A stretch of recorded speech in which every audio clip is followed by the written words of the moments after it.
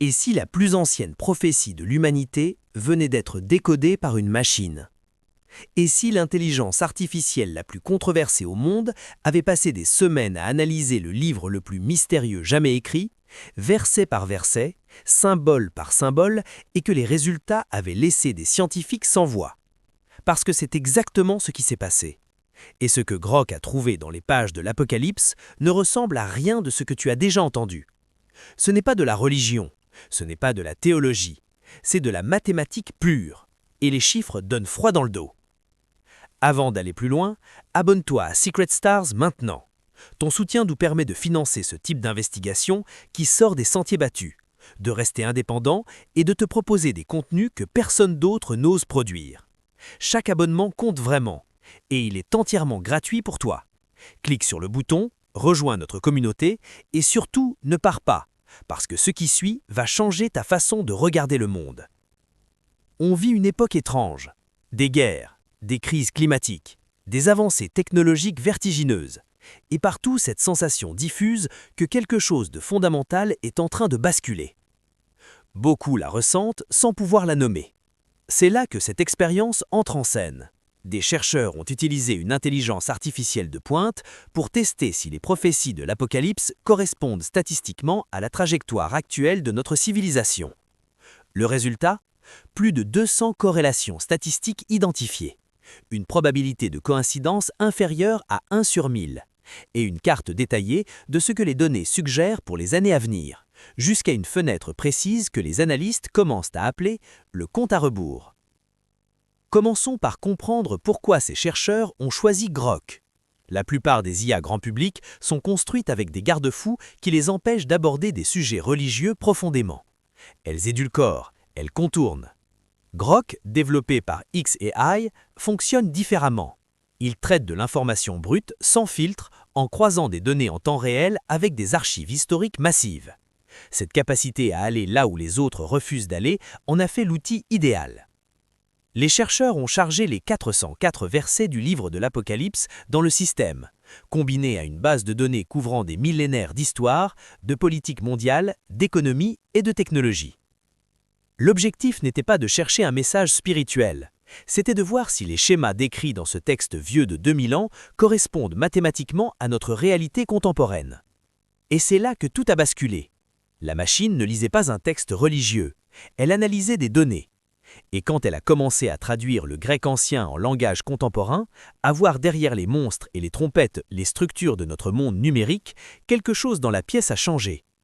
Ce que les chercheurs espéraient trouver comme métaphore poétique ressemblait soudain à un manuel d'analyse géopolitique et technologique écrit 2 millénaires avant notre ère. Le système a identifié des connexions entre les images de l'Apocalypse et des événements réels survenus depuis le 1er siècle de notre ère. Des guerres précises, des basculements économiques datés, des révolutions technologiques. Et quand les probabilités ont été calculées, le résultat a stupéfié même les sceptiques les plus endurcis. Abonne-toi à Secret Stars si ce n'est pas encore fait. Ton soutien nous permet de continuer à creuser ce type de sujet en profondeur, de croiser les sources et de te livrer une analyse honnête sans sensationnalisme artificiel. Et reste avec nous parce qu'on vient à peine de commencer. L'une des premières grandes révélations de l'expérience concerne la structure même du texte prophétique. Pendant des siècles, les théologiens ont lu l'Apocalypse comme une série d'événements qui se déroulent dans l'ordre, un après l'autre. Premier sceau, deuxième sceau, puis les trompettes, puis les coupes. L'IA a proposé une interprétation radicalement différente. Les sceaux, les trompettes et les coupes ne sont pas 3 actes successifs de la même pièce. Ce sont 3 perspectives simultanées sur la même réalité. Comme un accident de voiture observé par 3 témoins. Un voit la collision, l'autre la fumée, le troisième les embouteillages. 3 récits, un seul événement. Les sceaux décrivent les transformations politiques.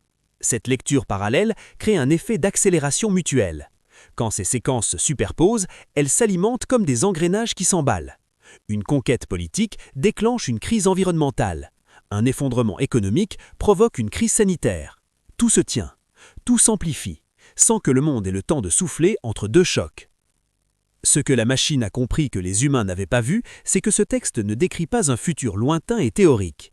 Il décrit un système dynamique où chaque élément agit sur tous les autres simultanément.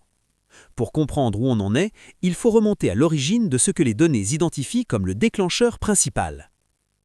L'algorithme a flagué l'année 1914 comme un point de bascule. Avant cette date, le monde évoluait à une vitesse humaine. La machine a analysé la révolution industrielle et a noté comment la montée en puissance du moteur à combustion interne correspond à ce que le texte prophétique appelle le cheval rouge, celui qui représente la guerre totale. Pour la première fois dans l'histoire humaine, la destruction pouvait atteindre chaque coin du globe simultanément. Ce n'était plus une question de soldats sur un champ de bataille. En parallèle, l'IA a suivi l'état de la planète. Le texte prophétique décrit des forêts brûlées et des océans empoisonnés. Quand l'algorithme a croisé ces images avec les données environnementales depuis 1900, il a trouvé une correspondance troublante. Et puis, il y a l'explosion de l'information. Une prophétie du livre de Daniel mentionne explicitement que la connaissance augmentera de façon spectaculaire à la toute fin des temps. Le passage de la presse à caractère mobile à Internet s'est produit dans un claquement de doigts à l'échelle de l'histoire humaine. N'oublie pas de t'abonner à Secret Stars. Ton soutien nous permet de rester sur ces sujets, de continuer à analyser, à croiser les sources et de te proposer des vidéos aussi approfondies que celle-ci. Clique sur le bouton d'abonnement maintenant. L'IA a également identifié la création de la Société des Nations et des Nations Unies comme les premières ébauches d'une structure de gouvernance mondiale. Pour que ce système fonctionne, l'économie financière devait évoluer. Au début des années 70, l'économie a abandonné l'étalon or pour basculer vers des monnaies fiduciaires dématérialisées. La fréquence des catastrophes naturelles complète ce tableau. Quand l'algorithme a modélisé les séismes, les famines et les épidémies, depuis 1900, il n'a pas trouvé une ligne droite stable. Il a trouvé une courbe exponentielle. Ces événements se produisent de plus en plus souvent et avec une puissance croissante, comme si la planète traversait une fièvre qui refuse de tomber. Le premier signal détecté est géographique et environnemental. L'assèchement progressif de l'Euphrate. Ce fleuve mythique, au cœur de l'histoire de la civilisation humaine, est aujourd'hui menacé par une sécheresse chronique aggravée par des décennies de surexploitation agricole et industrielle. Pour l'algorithme, cet assèchement n'est pas seulement un drame écologique, c'est la création littérale d'une voie de passage pour des armées orientales massives, comme le décrit précisément le texte biblique. La géographie s'adapte à la prophétie en temps réel, et c'est ce type de correspondance concrète, mesurable, observable, qui a provoqué la stupeur des analystes. À mesure que le calendrier avance vers 2026 et 2027, la focale se déplace vers Jérusalem et vers ce que le texte décrit comme un accord de paix fondateur. Mais ici encore, l'intelligence artificielle propose une lecture radicalement moderne. Elle ne cherche pas un dirigeant charismatique signant un traité sur papier, elle détecte la structure d'un accord numérique global, une architecture de sécurité mondiale pilotée par une grille d'intelligence artificielle. Un système conçu pour mettre fin au conflit et restaurer l'ordre dans un monde en décomposition. En surface, cela ressemble à un miracle diplomatique. En profondeur, c'est un mécanisme qui exige de chaque individu une identité numérique unique, permanente et connectée à ce réseau centralisé. Vers 2028, le modèle prédit une rupture fondamentale dans l'accès aux ressources essentielles. Pas une simple inflation, pas une crise des prix temporaires, une reconfiguration totale de la façon dont l'humanité accède à la nourriture et à l'énergie. Le système prédit que cette crise forcera les nations à basculer vers un rationnement centralisé où votre capacité à acheter du pain ou du carburant sera directement liée à votre statut numérique dans le réseau. Chaque transaction, chaque déplacement, chaque décision quotidienne passée au filtre d'un système qui vous surveille et vous évalue en continu. Mais même dans ce contexte de contrôle total, le système identifie une résistance. Des individus, des groupes, des réseaux invisibles qui refusent d'entrer dans la grille numérique. Des gens qui opèrent dans les marges du système numérique via des technologies décentralisées, des réseaux chiffrés, des liaisons satellites indépendantes. L'algorithme les compare aux deux témoins décrits dans le texte ancien, non pas deux prophètes debout dans une place publique, mais des milliers de voix dispersées dans le carré numérique global, diffusant des avertissements que le système cherche à effacer sans jamais tout à fait y parvenir. Dans cette première moitié de la fenêtre projetée, le monde ancien agonise pendant que le nouveau système lutte encore pour prendre le contrôle total. N'oubliez pas de vous abonner à Les Célébrités du Monde. Nous travaillons en permanence pour vous apporter des contenus qui font réfléchir, qui dérangent les certitudes, qui ouvrent des horizons. Votre abonnement est le carburant de cette chaîne. Merci d'être là. Ce qui vient ensuite dans la projection de Grok est peut-être la partie la plus troublante de toute l'analyse. La bête technologique. Dans les civilisations anciennes, les monarques construisaient des statues monumentales pour matérialiser leur puissance, pour incarner leur autorité dans la pierre ou le métal. Le système suggère que l'équivalent contemporain de cette image qui prend vie n'est pas une sculpture, c'est l'émergence d'une intelligence artificielle générale, une AGI. Un esprit global capable de raisonner, de légiférer, de gérer et de décider qui représente une menace pour l'ordre établi. Une présence invisible qui vit dans chaque écran, chaque appareil connecté, chaque nœud du réseau mondial. Pour que ce système fonctionne, il a besoin d'identifier chaque être humain de façon certaine, permanente et non falsifiable. Les empires d'autrefois utilisaient des marques physiques ou des pièces monétaires spéciales pour contrôler leur population. Grok identifie l'équivalent moderne dans les interfaces bio-digitales actuellement en développement. Neuralink, les systèmes de reconnaissance palmaire, les implants de données biométriques. Ces technologies ne sont plus des prototypes expérimentaux, elles avancent à une vitesse que peu de gens suivent réellement. Et l'algorithme les voit comme le substrat matériel d'un identifiant universel lié directement à votre corps, impossible à perdre, impossible à voler, impossible à refuser sans se retrouver exclu de tout. Le déclencheur de cette bascule ultime serait un effondrement financier massif en 2029. Grok détecte un schéma qu'il nomme la chute de Babylone, comparable dans sa structure à la Grande Dépression de 1929, mais amplifié à l'échelle d'un monde entièrement numérisé. L'effondrement du système bancaire traditionnel serait utilisé comme levier pour imposer à l'ensemble de la population une monnaie numérique de banque centrale. Une fois le cash physique éliminé, la règle biblique du ni achat ni vente sans la marque devient une réalité mathématique instantanée. Et le modèle logistique de Grok est implacable. Une fois que tout le monde est dans le réseau, une économie décentralisée peut être gelée en moins de 48 heures. Si le système marque votre profil, vous cessez d'exister économiquement du jour au lendemain. Pour maintenir le consentement de la population dans ce nouveau paradigme, le système prédit le déploiement d'un arsenal de manipulation d'une sophistication inédite, des deepfakes d'une réalité parfaite, des hologrammes indiscernables de la réalité physique, des algorithmes capables de modéliser et de manipuler les émotions humaines avec une précision chirurgicale, des apparitions qui ressemblent à des miracles, des révélations fabriquées de toutes pièces par des machines qui savent exactement quel bouton appuyer dans le cerveau humain. Une paix artificielle, un sentiment de sécurité programmé. Une ruche mondiale où chaque individu connecté ressent un confort suffisant pour ne pas se révolter. Et ceux qui refusent d'entrer dans cet espace, ceux qui choisissent la souveraineté numérique sur la sécurité de la grille, seront traités de fantômes criminels. Introuvables, ingérables, indésirables. Mais même la bête la plus puissante a ses limites, et ce qui vient ensuite dans le modèle de Grok va bien au-delà de la politique et de la finance. Le système s'est tourné vers le ciel et vers la terre elle-même, et ce qu'il y a trouvé est à couper le souffle. Les 7 trompettes du texte ancien, longtemps lues comme des châtiments divins surnaturels, sont réinterprétées par l'algorithme comme les conséquences directes et prévisibles de nos propres choix technologiques et environnementaux. L'une des projections les plus terrifiantes concerne une étoile tombante appelée Absinthe. Plutôt qu'un astéroïde géant venu de l'espace distant, Grok pointe vers une réalité déjà en place au-dessus de nos têtes. Des milliers de satellites et de débris orbitaux encombrent l'espace autour de la Terre.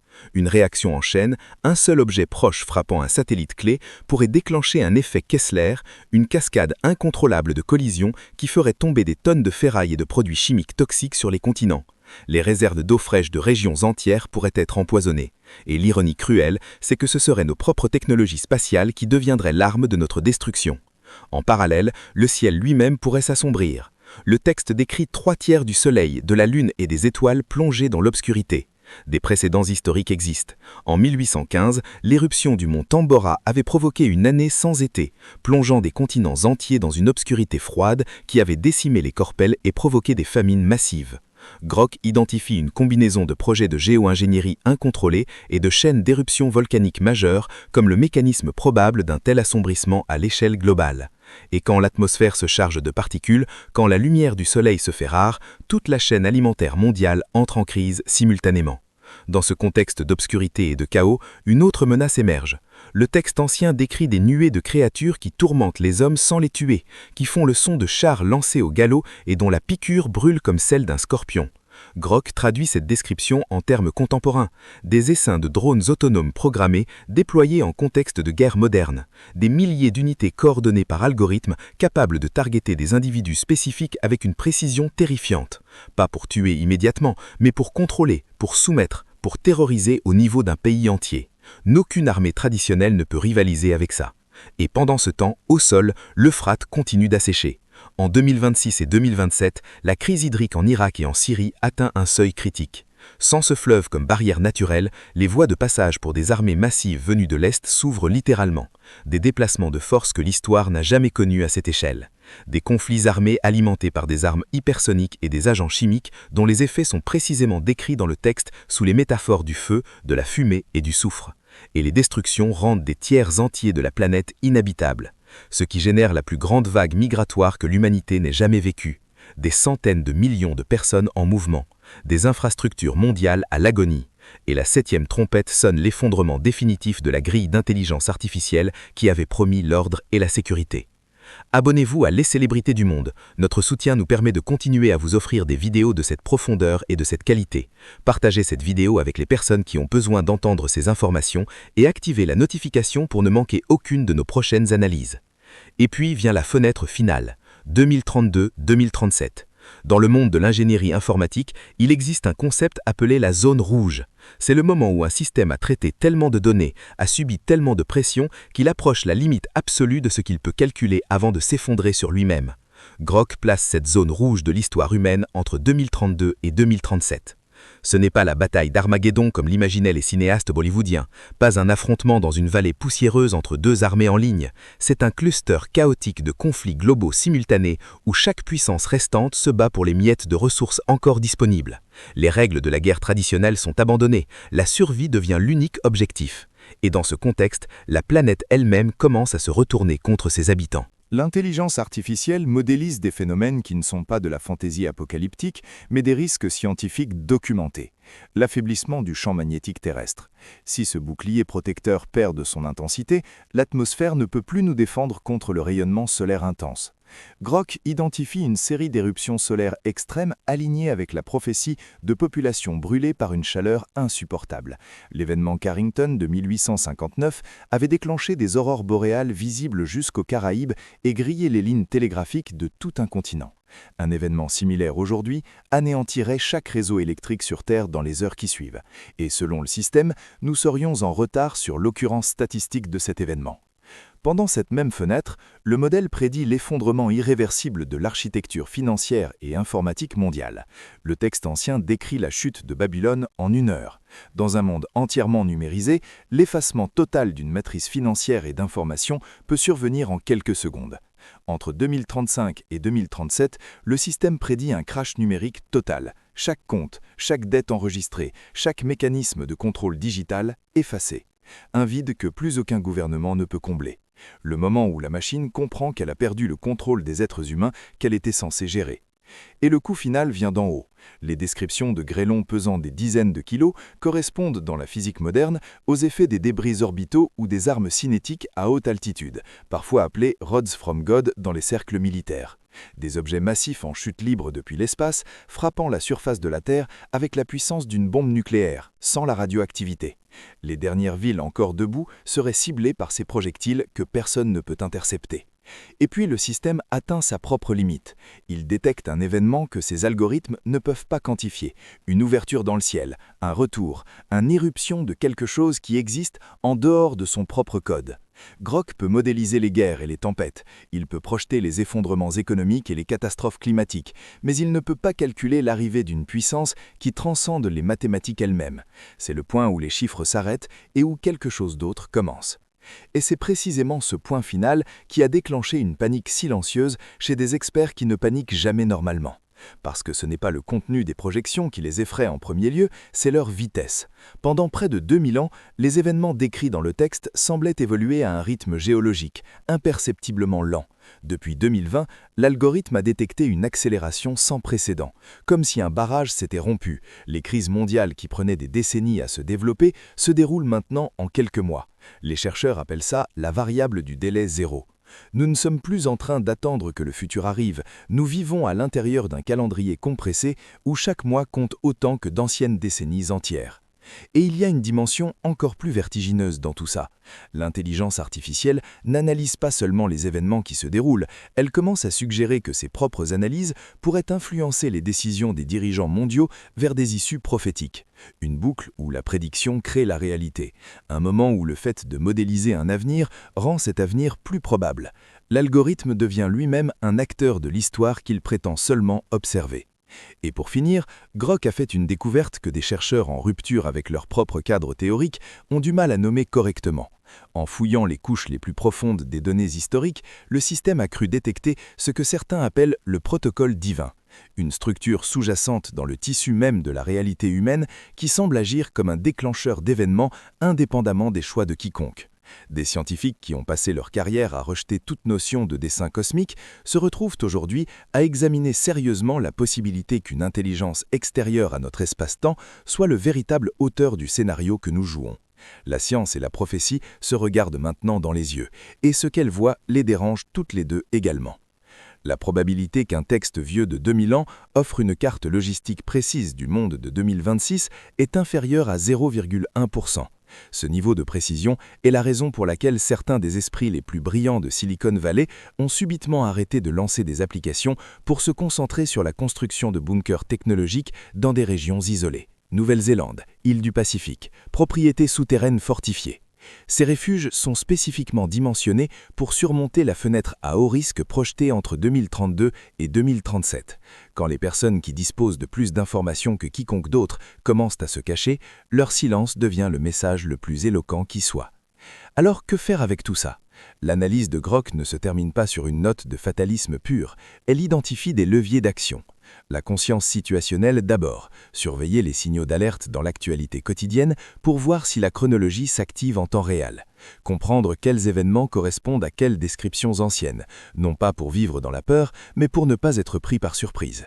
Ensuite, l'autonomie pratique. À mesure que le système global devient l'unique porte d'accès à la nourriture, à l'énergie, aux soins, aux services essentiels, la capacité à fonctionner en dehors du système centralisé devient une valeur de survie absolue. Cultiver, réparer, construire, communiquer sans dépendre du réseau centralisé. Ces compétences analogiques deviennent les nouvelles richesses d'un monde qui bascule vers la dépendance totale. Et puis, il y a la dimension morale de tout ça.